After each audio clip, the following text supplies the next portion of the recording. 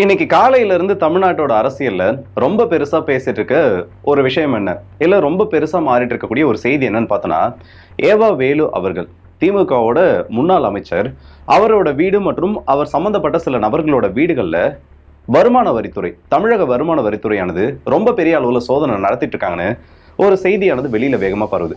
அதுவும் இது சின்ன ஒரு சோதனையா நடந்தா பரவாயில்ல, 20 இடங்களுக்கும் அதிகமா திருவண்ணாமலையில் இருக்கக்கூடிய அவரோட சில ப்ராப்பர்ட்டிஸ்ல சுவரை துளையிடக்கூடிய இயந்திரம் கொண்டு போகக்கூடிய அளவுக்கு ரொம்ப பெரிய ஒரு சோதனையா இது மாறி இருக்கு. இது சாதாரணமான ஒரு நிகழ்வு கிடையாது. தாவேகாவுக்கு மிகப்பெரிய சவால்களை இவர் சமீபத்தில் விட்டிருக்காரு. கரூர் விஷயத்தை பத்தி பேசுனது மட்டும் இல்லாம தமிழக முதல்வர் திரு விஜய் அவர்களுக்கு எதிராக மிகப்பெரிய அளவு ஸ்டேட்மெண்ட்ஸையும் கொடுத்திருக்காரு. அப்ப திமுக சார்பில் நேச்சுரலாவே இதை எப்படி கட்டமைப்பாங்கன்னு தெரியும். சோ இதோட சேர்த்து இன்னும் பல செய்திகளை இந்த ஒரு பதிவுல பார்க்க போறோம். உண்மையான செய்திகள், தெரிஞ்ச செய்திகள், தெரியாத உண்மைகள் எல்லாத்தையும் பார்த்துடலாம். அறப்போர் இயக்கத்தின் சார்பில் ஒரு கம்ப்ளைண்ட் ஆனது கொடுக்கப்படுது. இந்த கம்ப்ளைண்ட்ல ஏவா வேலு அவர்கள் அமைச்சரா இருந்தப்போ அவரோட தலையீட்டுனால நிறைய ஊழல் நடந்திருக்கு.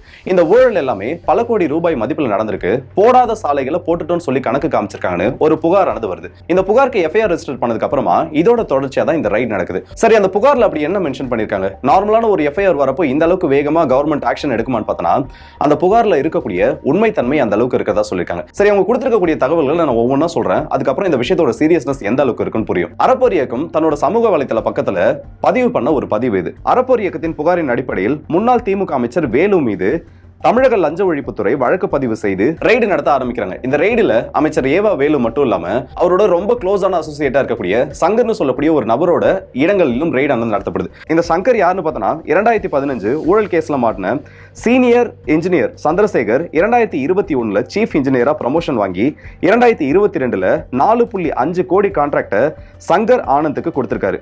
இது பாலாஜி அவர்களோட வீட்டில் ஐடி ரைட் நடக்கும்போது இந்த சங்கர் ஆனந்த் வீட்லயும் ரைடு நடந்திருக்கு.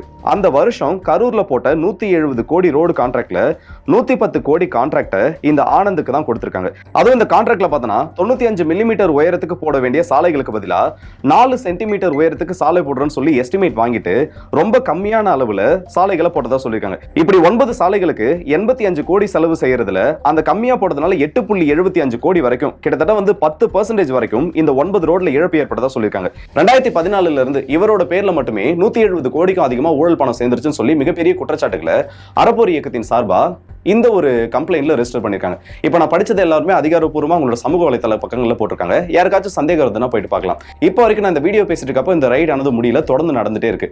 கிட்டத்தட்ட 20 லொகேஷன்ஸ்க்கும் அதிகமா இந்த ரைடு நடத்திட்டு இருக்காங்க. இதோட தொடர்ச்சி என்ன? இதை திமுக எப்படி கட்டமைக்குது? தாவேகா அது சம்பந்தப்பட்ட நபர்கள் எப்படி கட்டமைக்கிறாங்க? திமுக சார்பில் இதுக்கு சொல்லக்கூடிய விளக்கம் ஒண்ணுதான். ஏவா வேலு அவர்கள் சமீபத்தில் விஜயை பார்த்து நேரடியாக நிறைய கேள்விகளை கேட்டுட்டாரு. உங்களால என்ன பண்ணிட முடியும்? திராவிட இயக்கமானது ரொம்ப பெரிய ஒண்ணு, நீங்க இந்த இயக்கத்தை ஒன்னிடம் பண்ணிட முடியாது.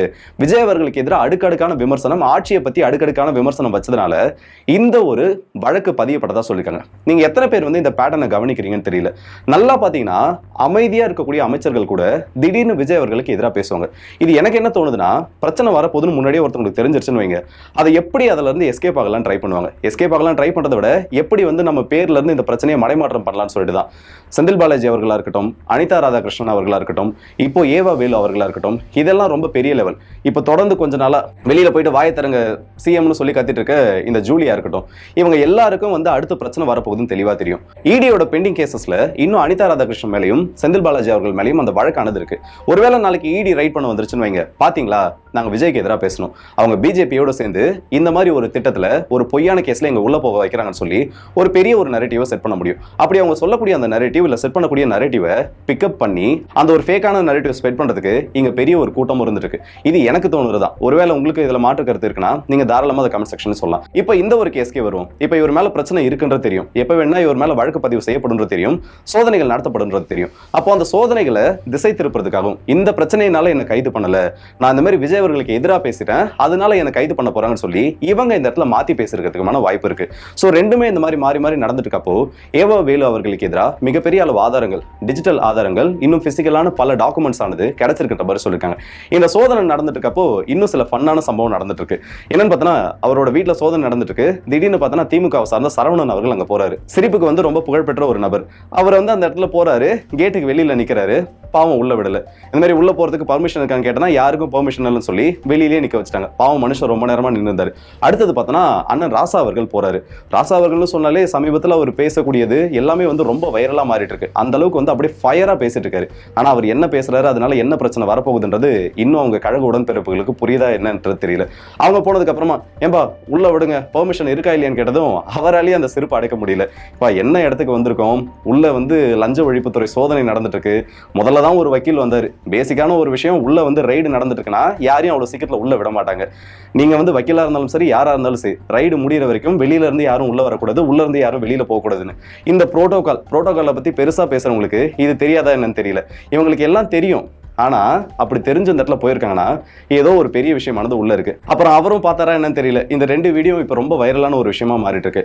அண்ட் இந்த பிரச்சனைகள் எல்லாம் இப்படி ஒரு பக்கம் போயிட்டு இருக்கப்போ, முன்னாள் போக்குவரத்து துறை அமைச்சர் அவருக்கு ரொம்ப நெருங்கிய ஒரு க்ளோஸ் அசோசியேட்னு சொல்லி 25 லட்சம் ரூபாய் வரைக்கும் மாநகர போக்குவரத்து கழகத்தில் நான் உங்களுக்கு வேலை வாங்கி தரேன்னு சொல்லி அந்த இடத்துல ஒரு ஊழல் நடந்தா சொல்லியிருக்காங்க.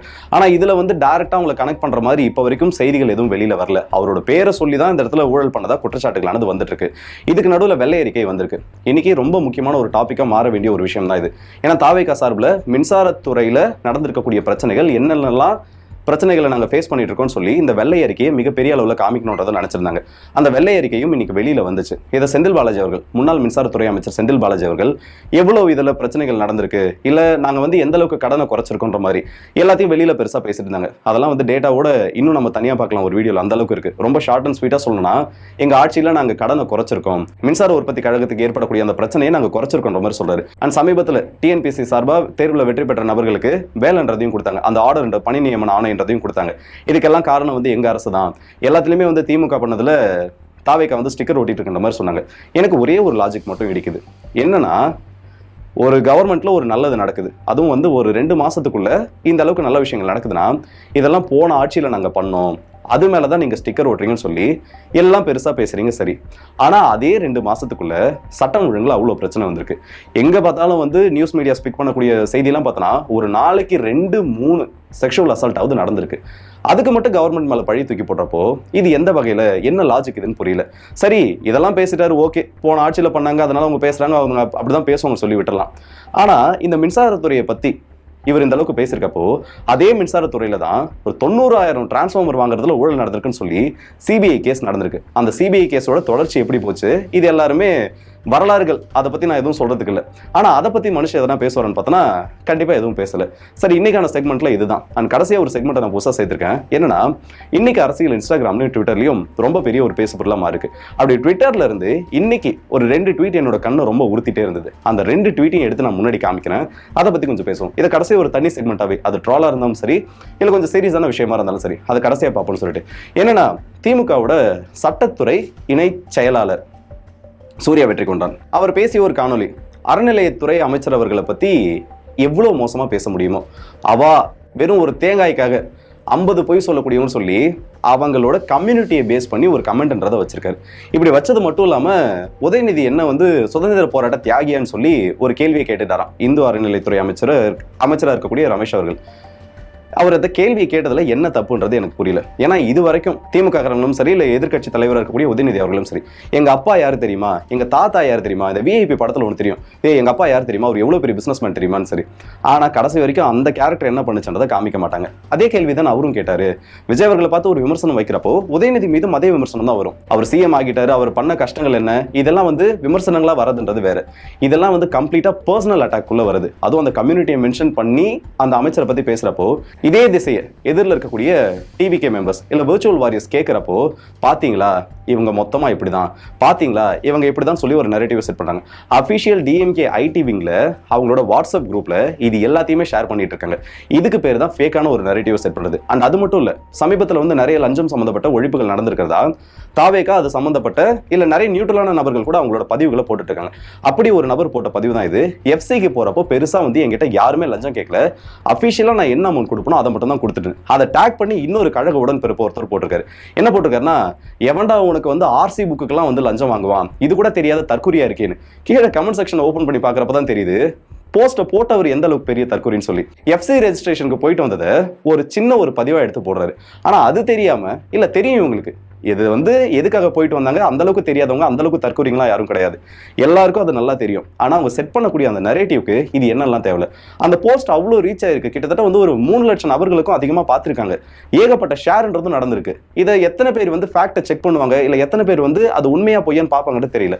ஆனா திடீர்னு பாக்குறப்போ ஓ இப்படிதான் விஷயம் இருக்க போல, அது எஃப்சிக்கு போச்சு, அதுக்கு பின்னாடி என்ன பிரச்சனை, அவரோட அடுத்தடுத்த பதிவுகள் யாரும் கவனம் செலுத்த மாட்டாங்க. ஆனா அது ஒரு சின்ன டோன், அது செட் பண்ணக்கூடிய அந்த நரேட்டிவ் ஆனது மிகப்பெரிய பொய்களை கட்டவிழ்த்து விடும். அதுதான் இந்த இடத்துல நடந்திருக்கு. இன்னைக்கு சிஎம் அவர்கள் புதுசா சில பேருந்து சேவைன்றதை தொடக்கி வச்சார். தொடக்கி வச்சது மட்டும் இல்லாம அதுல ஏறி பயணம் பண்றது, அதை செல்ஃபி எடுக்கிறதுன்ற மாதிரி ஒரு வீடியோ, அதை வந்து அவ்வளோ பெரிய ஒரு ட்ரோலா மாத்திட்டாங்க. இந்த வடிவேல் அவர்கள் ஒரு பேருந்துல வந்து கம்பியை பிடிக்காம போற மாதிரி அதெல்லாம் ஒரு ட்ரோலா மாத்திருந்தாங்க. அதுக்கு விர்ச்சுவல் வாரிஸ் பதிலுக்கு என்ன பண்ணிட்டாங்கன்னா, லாஸ்ட் டைம் ஸ்டாலின் சார் அவர்கள் ட்ரெயின்ல டிராவல் பண்றப்போ என்ன நடந்ததை அதை ஒரு ட்ரோலா இந்த இடத்துல மாத்திட்டாங்க. ஸோ இப்போ நடக்கக்கூடிய பொலிட்டிக்ஸ் ஆனது பர்சனல் அட்டாக்கும் பெரிய அளவில் நடந்துட்டு இருக்கு. அதை தவிர்த்து ஒரு பொசிஷன்ல பார்க்கக்கூடிய நபர்கள், அமைச்சர்கள்ல இருந்து எல்லாரையும், இவங்க கிட்ட எனக்கு பிடிக்காத ஒரு விஷயம் என்னன்னா, டு பி ஃப்ராங்க், பத்திரிகை சுதந்திரம் இல்லைன்னு சொல்றாங்க. அது மட்டும் இல்லாம தாவேக அரசுக்கு எதிராக பேசுறவங்களெல்லாம் கைது பண்றாங்கன்றத சொல்றாங்க. ஒரே ஒரு கேள்விதான் நான் எல்லாரையுமே கேட்கிறேன், மனசாட்சியை தொட்டு சொல்லுங்க, 2021 இருந்து 2026 வரைக்கும் பிரஸ் ஃப்ரீடம் எந்த அளவுக்கு இருந்தது? விமர்சனம்ன்றது வேற.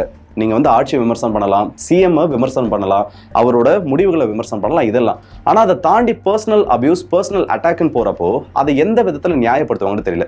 இன்னைக்கு ராசா அவர்கள் பேசியிருக்காரு, ராஜாஜி மாதிரி ஆட்கள் இருந்த இடத்துல வந்து சில நாதாரிகள் வந்திருக்காங்கன்னு. இந்த வார்த்தையை சொல்றப்ப என் வாய் கூசுது.